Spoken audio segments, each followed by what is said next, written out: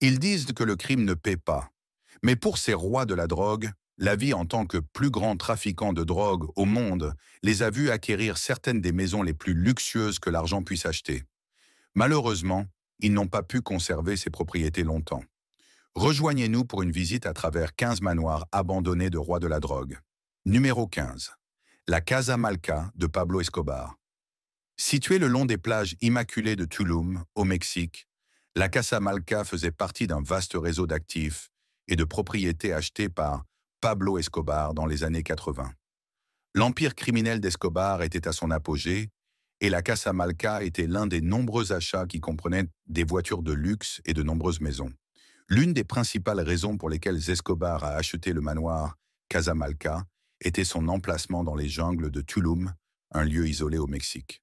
La Casa Malca était également un indicateur de la richesse de Pablo Escobar. On estime qu'Escobar et le cartel de Medellín gagnaient 450 millions de dollars par semaine, et la fortune d'Escobar lui-même était estimée à 25 milliards de dollars. Ce niveau de richesse pouvait être observé dans la Casa Malca.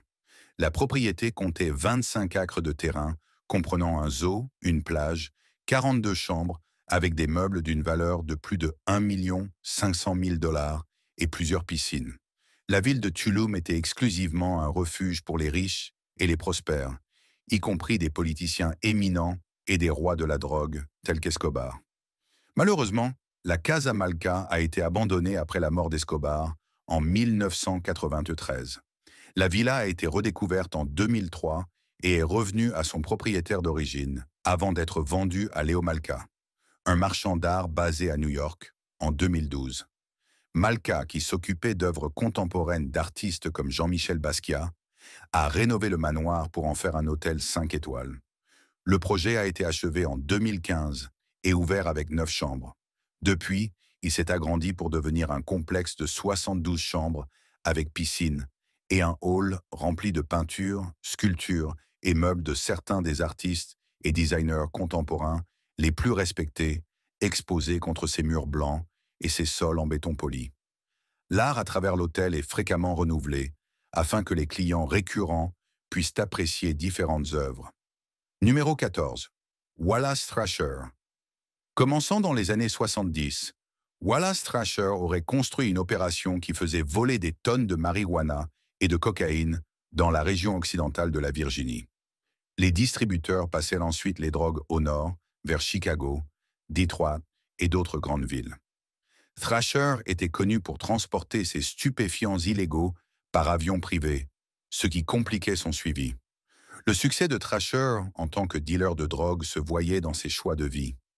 Lui et sa femme Olga possédaient un domaine de 10 acres en Floride. Mais le couple ne pouvait résister à la paix du mode de vie de Mountain Valley et finit par s'installer à Little Creek Valley dans le comté de Bland. Bien que de nombreux habitants connaissaient la véritable source des revenus massifs des Thrasher, ils étaient traités comme des célébrités locales, et l'ère de spéculation qui les entourait restait des rumeurs.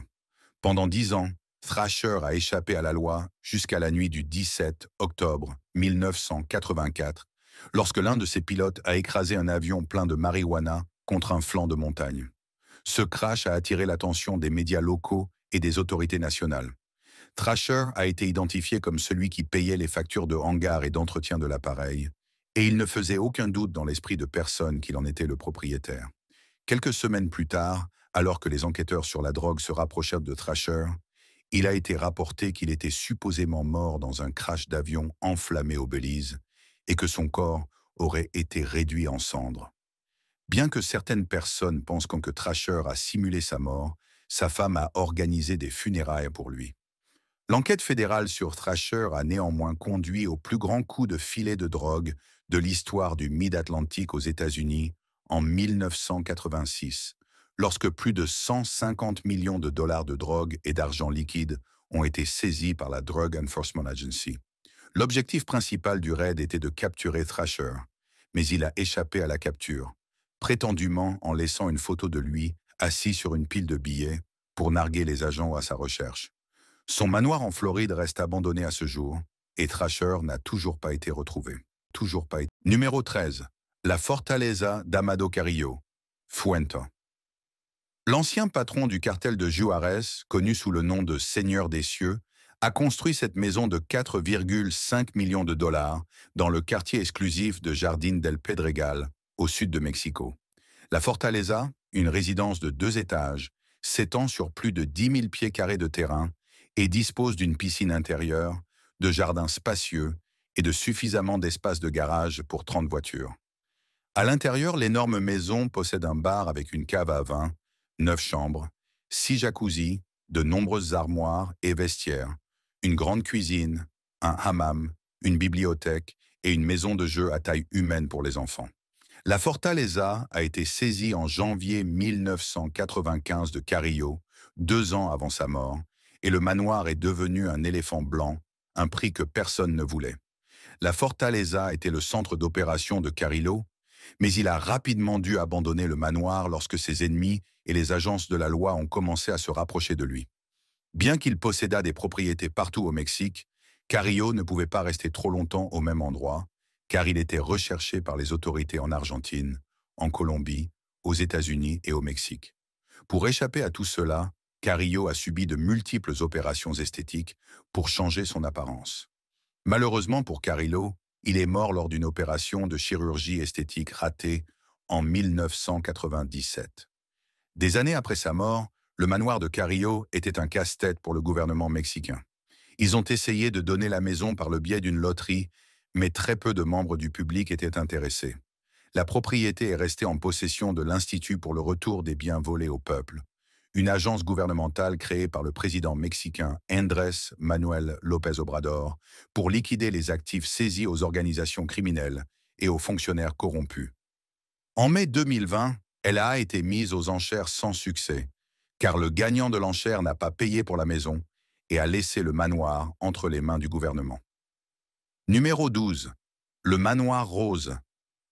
L'extérieur de cette grande maison peut être d'une jolie teinte rose, mais il cache un passé criminel sinistre. Le manoir néo-gothique abandonné et l'hôtel près de Powys, au pays de Galles, semblent avoir été utilisés par des trafiquants de drogue depuis sa fermeture et son abandon il y a 25 ans. Cela a été découvert lorsque des explorateurs urbains y sont tombés par hasard lors d'une visite aléatoire de vieux manoirs. Des images prises par ces explorateurs ont montré des équipements qui avaient récemment été utilisés pour faire fonctionner une ferme de cannabis à l'intérieur du manoir. Des sources d'énergie et des équipements de culture pouvaient encore être vus à l'intérieur du manoir. Une image montre de magnifiques vitraux qui rappellent la beauté et la sophistication qui étaient autrefois associées au bâtiment. Mais cette sophistication avait depuis longtemps disparu. Depuis 1750, le manoir rose était la maison de Thomas et Hannah Jones, dont le fils, le peintre de paysages Thomas Jones, a hérité en 1789. Il a ensuite été hérité par l'héritière riche Clara Thomas avant d'être mis aux enchères en 1952 et vendu à 2 couples qui ont converti le bien en un hôtel et un centre de trekking pour poneys, l'un des premiers au pays de Galles à l'époque. L'hôtel a fermé en 2008 et a ensuite été acheté par un homme d'affaires londonien, mais est resté abandonné par la suite. Bien que des preuves montrent que la propriété a depuis été utilisée comme ferme de cannabis, rien ne laisse penser que les propriétaires étaient au courant ou en aucun cas connectés à une activité criminelle. Bien que cela semble plutôt suspect, les autorités n'ont pas ouvert de dossier contre l'homme d'affaires dont l'identité reste inconnue. Numéro 11. Manoir de culture de King City. L'emplacement du manoir de culture de King City a été soigneusement gardé secret au Canada jusqu'à ce qu'il soit mentionné sur les réseaux sociaux que la propriété avait été utilisée comme une opération de culture de marijuana. Le manoir abandonné a été publié sur les lieux abandonnés de l'Ontario en mars 2015, et la nouvelle du manoir s'est répandue comme une traînée de poudre à travers le pays. Les opérations de culture de cannabis en intérieur, ou grow ops, étaient devenues courantes en Ontario à l'époque où le manoir a été découvert, ce qui a suscité beaucoup de spéculations sur la légalité de l'opération et la propriété. Le manoir a été construit à l'origine en 1995 pour l'homme d'affaires britannique George Fager.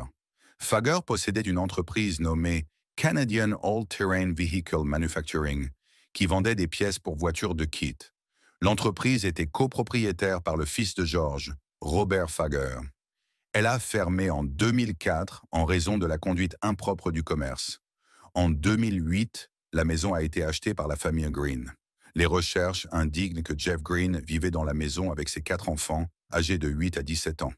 La famille y a résidé pendant environ 4 ans. La maison a ensuite été mise en vente par Martin Shakin Realty.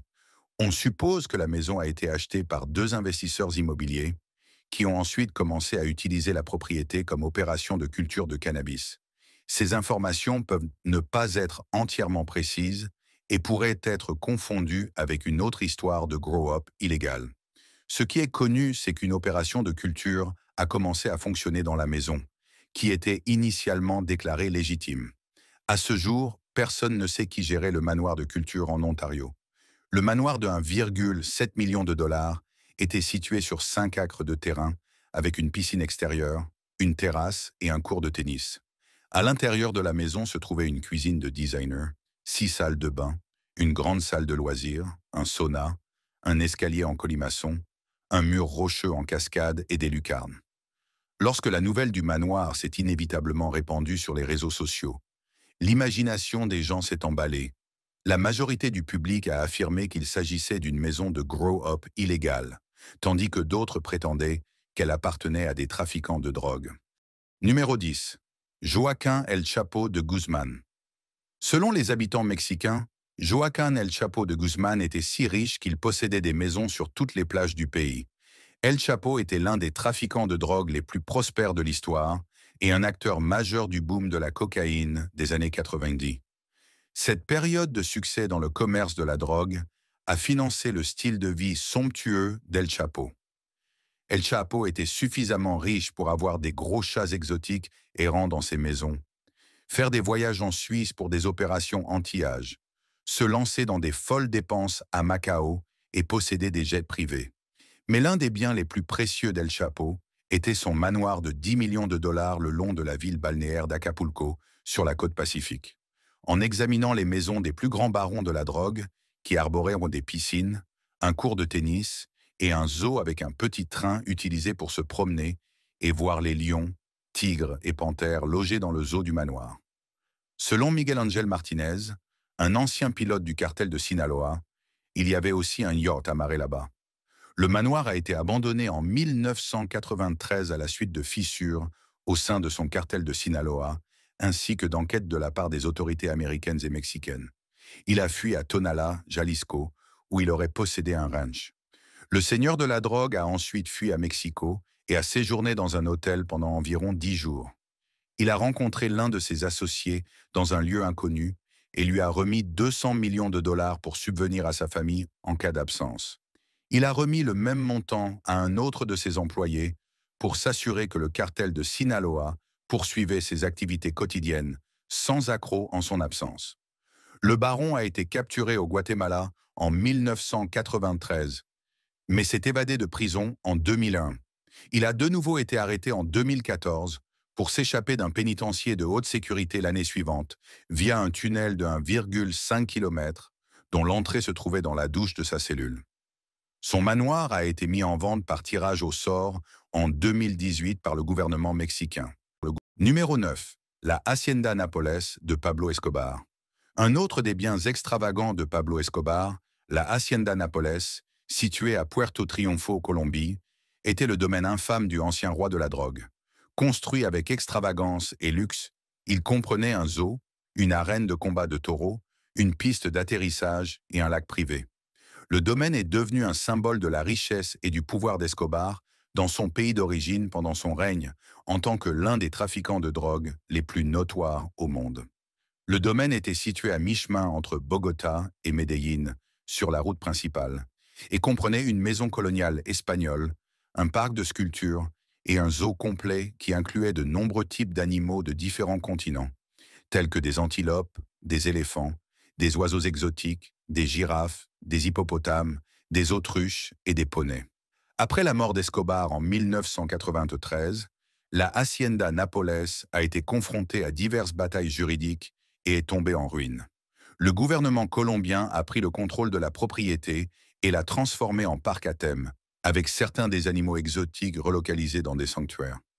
Ces dernières, Année, la Hacienda Naples a attiré des touristes intéressés à explorer son sombre passé et à témoigner des vestiges du mode de vie extravagant d'Escobar, y compris les ruines de son ancien manoir et les sculptures de dinosaures emblématiques qui ornaient autrefois la propriété. Numéro 8. Rakesh Jyoti Saran. En 2005, après l'arrestation de Rakesh Saran, la Drug Enforcement Agency des États-Unis a saisi le manoir Arlington du trafiquant de drogue. Le manoir, malgré son passé mouvementé, a été évalué à un prix exorbitant de 3,7 millions de dollars.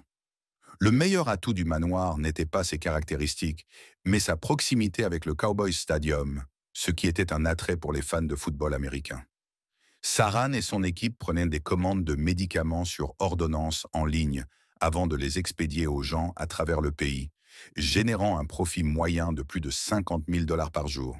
Saran appelait des coupables d'un chef d'accusation de complot en vue de commettre une fraude en matière de soins de santé, de 2 chefs de fraude postale, d'un chef de complot pour distribuer des substances contrôlées et d'autres infractions fédérales. En décembre 2009, Saran a été condamné à purger 12 ans de peine dans une prison fédérale et a été condamné à payer 68 millions de dollars de restitution pour son implication dans le plan. Dans le cadre de son accord de plaidoyer, Saran a perdu la maison sur mesure, qui était encore en construction au moment de la saisie. Elle a été vendue par le service des Marshals des États-Unis en mai 2008 à des investisseurs basés à Austin, Texas, HS Panorama, pour 1,2 million de dollars. Après avoir acquis la maison, l'acheteur a passé environ 9 mois à rénover la propriété. Selon eux, la maison était dormante depuis 2 ans et avait besoin de réparations supplémentaires. Cette maison de 7 chambres, 8 salles de bain et 4 salles de bain supplémentaires est située sur 2,6 acres, surplombant la Rush Creek Greenbelt, et a maintenant été restaurée dans un état habitable. La maison, conçue par l'architecte d'Arlington Don Whitton, avait encore quelques commodités qui pouvaient être retracées à son ancien propriétaire, telles qu'une nursery adjacente à la chambre principale construite parce que la femme de Saran attendait un bébé. Une fresque paysagère à 3 panneaux dans l'entrée de la chambre principale a été peinte par un artiste que Saran a fait venir d'Italie pour exécuter le travail.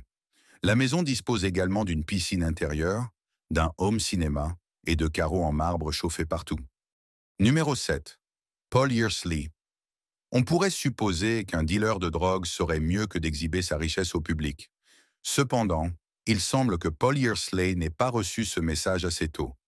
Paul Yearsley était désireux de montrer sa maison de style géorgien, complète avec un cinéma maison à la pointe de la technologie, une immense piscine, un sauna, une salle de sport et un tout nouveau Range Rover garé sur l'allée aux côtés d'une Bentley Continental.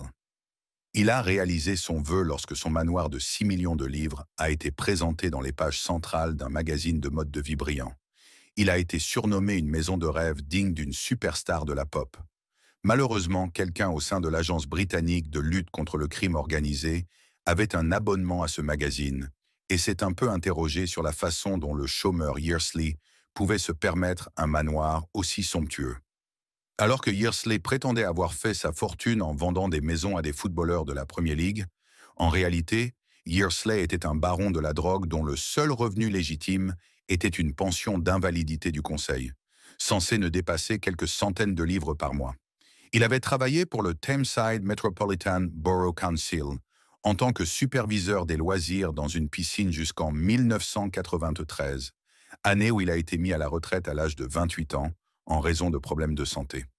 16 ans plus tard, Yearsley avait constitué un portefeuille immobilier valant plusieurs millions de livres, comprenant 80 maisons autour de Manchester, ainsi qu'une villa sur la Costa del Sol.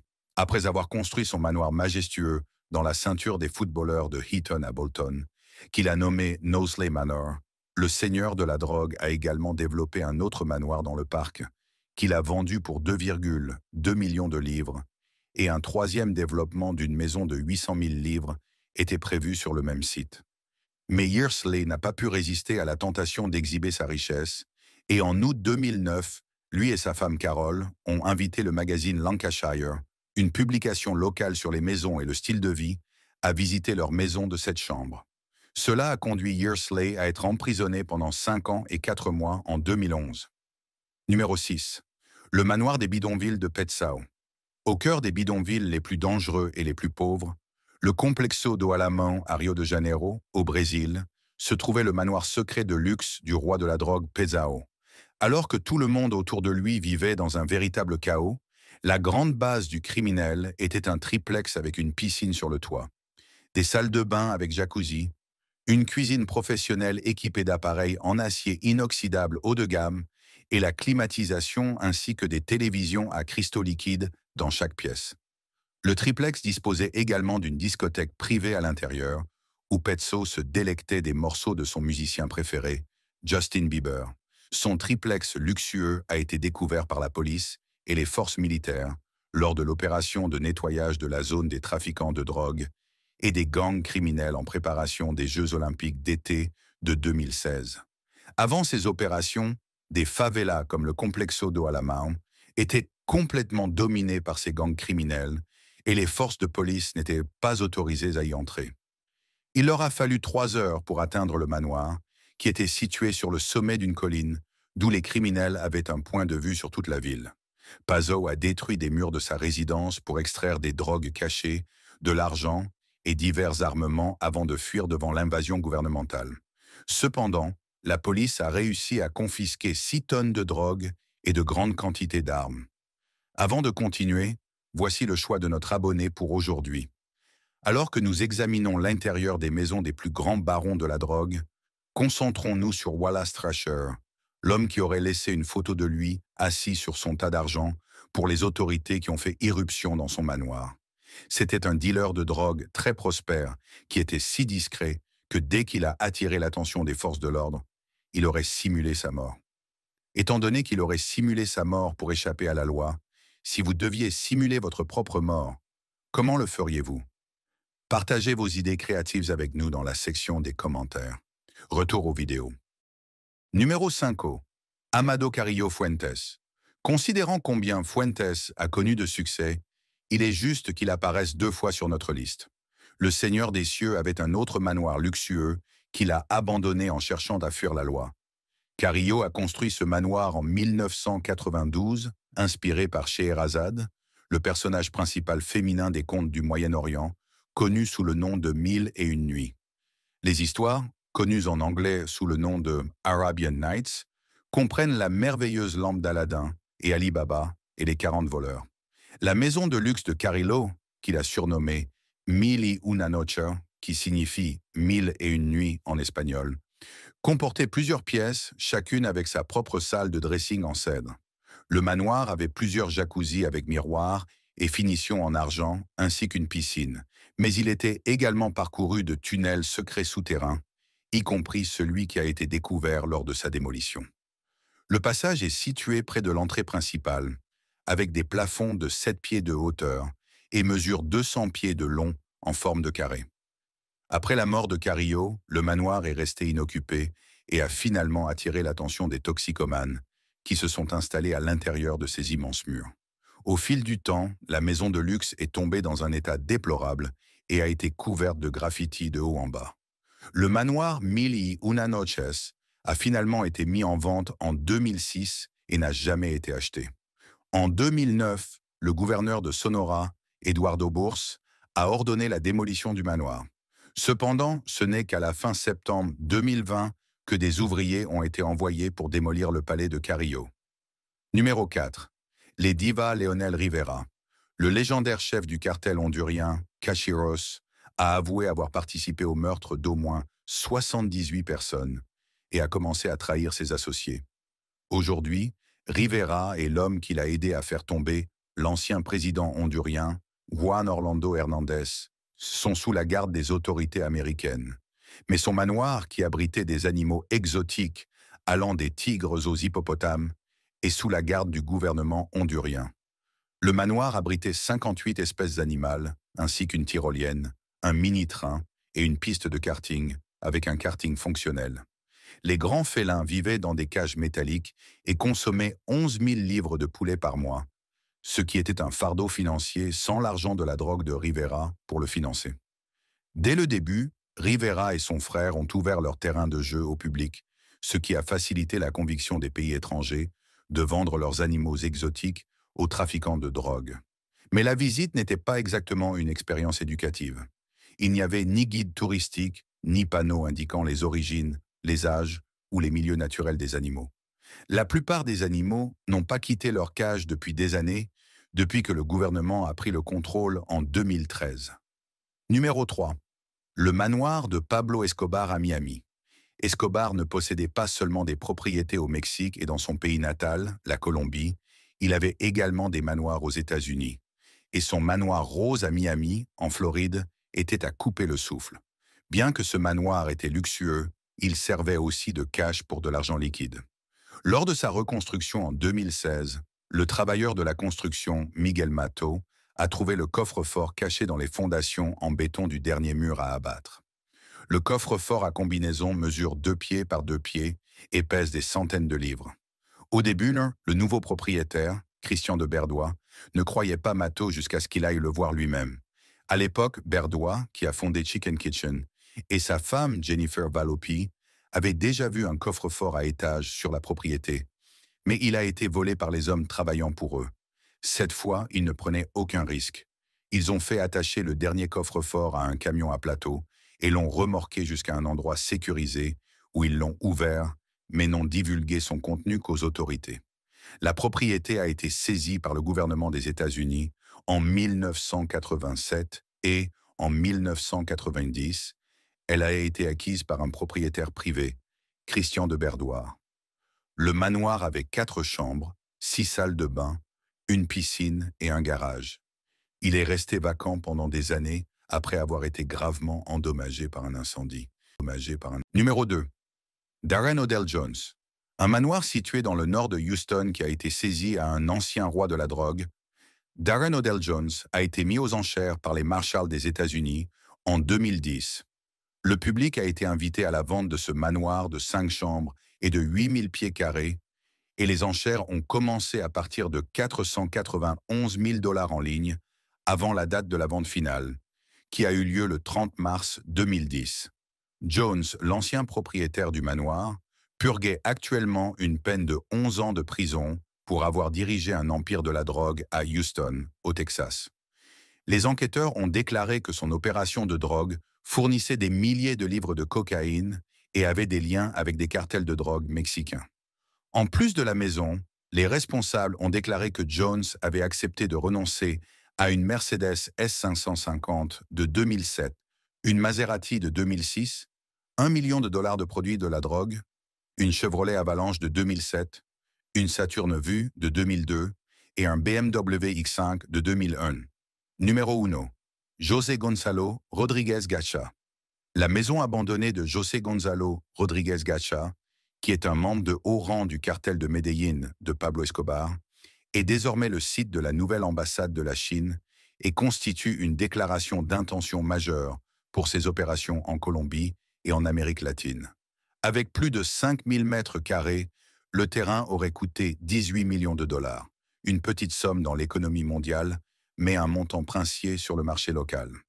Mais le site, qui est désormais assiégé par des liserons et des artistes graffeurs locaux, est surtout reconnu pour son implication dans l'histoire sombre et violente de la Colombie. Le manoir, connu sous le nom de Casa Gacha, a été acheté lorsque le cartel de Medellín fournissait environ 90% de la cocaïne mondiale. Les membres du cartel ont dépensé sans compter pour des propriétés dans les zones les plus riches du pays, en affichant leur richesse en défi à l'élite du pays, qui les rejetait.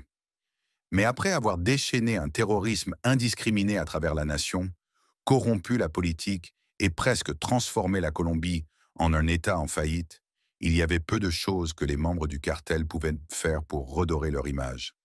Les Chinois, en revanche, semblent avoir ignoré l'histoire et la signification culturelle de la Casa Gacha, ce qui est étrange étant donné que les Chinois sont un peuple plutôt superstitieux. Mais pour l'instant, le gouvernement colombien espère que le projet chinois dissipera les fantômes du cartel de Medellín. Merci d'avoir regardé cette vidéo. Nous vous retrouverons dans la prochaine.